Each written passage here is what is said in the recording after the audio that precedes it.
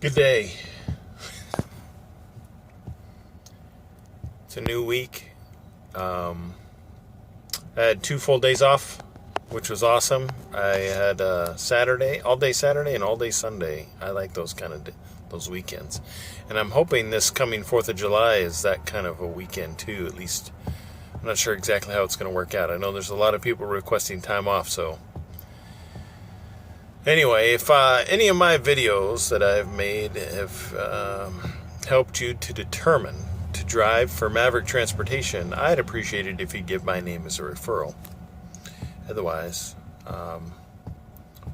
enjoy whatever you see next. It's probably going to be a mix-up of things recorded that I haven't yet displayed and some of what's going on today. So, enjoy.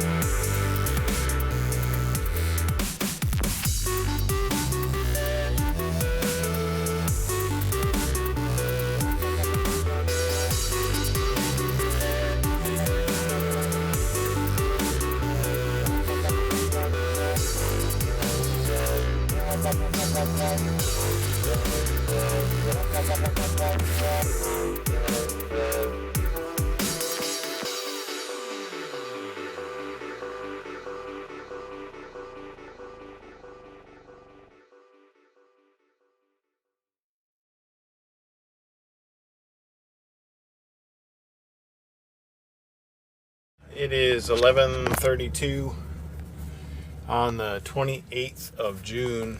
I'm at a steel plant picking up steel bar.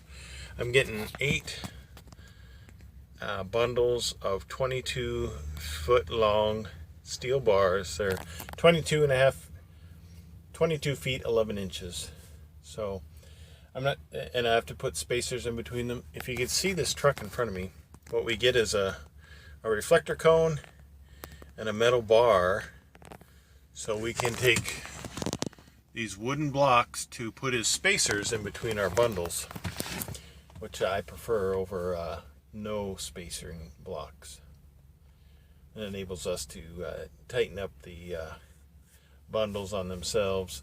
I'm not sure exactly how they're going to have me load this. I spaced my lumber, all 8 boards that I have, to allow them to stack 4 flat on the deck in the front and then 4 on the back, using up all 48 feet of my deck.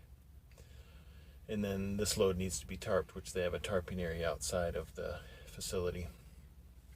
You can kind of see how if I get outside, I have to put on all my gear, and it's so much easier to use mirrors. I've got I have lumber, but I also have straps. There's 4 of them set up just in case they go with this method. If not, I can quickly adjust it. And you see the straps come over the edge. They're set up so that's that reason right there is why I never have my CB on unless I'm at a shipper and receiver. It's just crazy talk on here. So I am at the shipper, which was like 10 minutes ago a receiver, because this is where I dropped off my lumber, and I brought I had 8 bundles of those 3x3 by 1 foot blocks, and then a couple of bundles of 6 inch by 8 inch by 8 foot long timbers. Anyway, I've got my straps set up at the particular location that they're at. 1 in the front, 2 in the middle, and 1 in the back. And this way I can throw my, once the bars are loaded, I don't have to worry about trying to shimmy my straps underneath. They're already in place. And they can, I can easily throw them to, and they will be my belly wraps. That's what I call them, and it's what Maverick calls them. You can call them whatever you want, and you don't need to tell me what to call them. We got that figured out now. So once I get that complete, you know, this person in front of me is being loaded, and then the forklift driver will come take the paperwork from me, determine where I need to get them. And as you can see here, they come with them all together, but what he'll do is he'll lay down one bundle and then back up with the other 2, so the individual can use his metal bar to place blocks in between.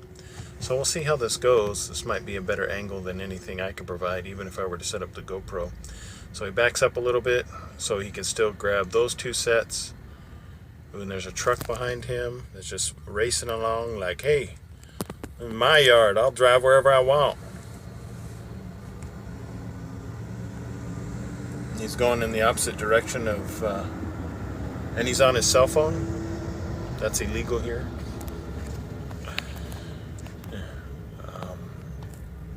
As you can see, he takes the metal bar and he'll place the block. So when you use your 4-inch straps to do the belly wrap on each end, it's sucks up any space in between and allows compression right on those blocks, so it provides extra friction and securement. So, and that's it. You do 2 blocks, then you'll get out of the way, and they'll put another bundle down. So you really have to be careful when you're directing the forklift driver, because you're completely, basically responsible for where your load is going to end up on your deck.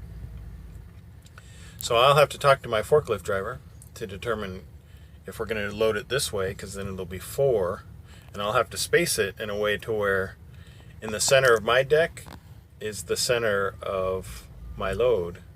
And when the bars all come together, you know, your mind can play tricks on you a little bit, because you're like, how far do I need to space this in order to make sure that everything is going to be adequately spaced enough for the blocks, and then pressing them together, and then the center of my load still be the center of my deck. So see, he's probably putting 5 bundles on the bottom of his. I don't know how many he's getting, but the way it's going to be spaced now, he'll have a bundle right down the center. So again, I'll have to communicate with my forklift driver to see exactly how he wants to load this, because the only other way to load it would be to double stack, which would be put 5 on the bottom, put more dunnage, and then put the 3 remaining stacks on top, which, okay, I can do.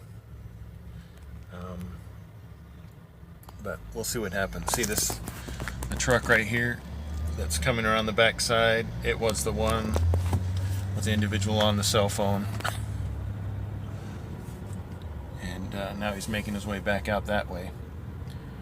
Typically this is one-way traffic, so for us flatbedders, but I don't know, maybe I've only been here one other time, so they may allow all kinds of stuff. So it's kind of a traffic jam right now. You got trucks trying to come in this way, which typically they don't.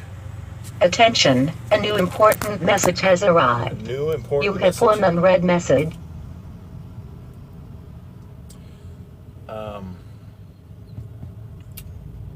This is also a short mileage load, so I'll have to see if it shows up on next week's check as a short. It's only 277 miles, which I don't care.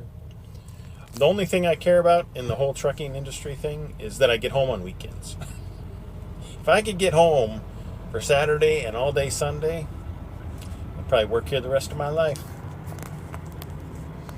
But, yeah.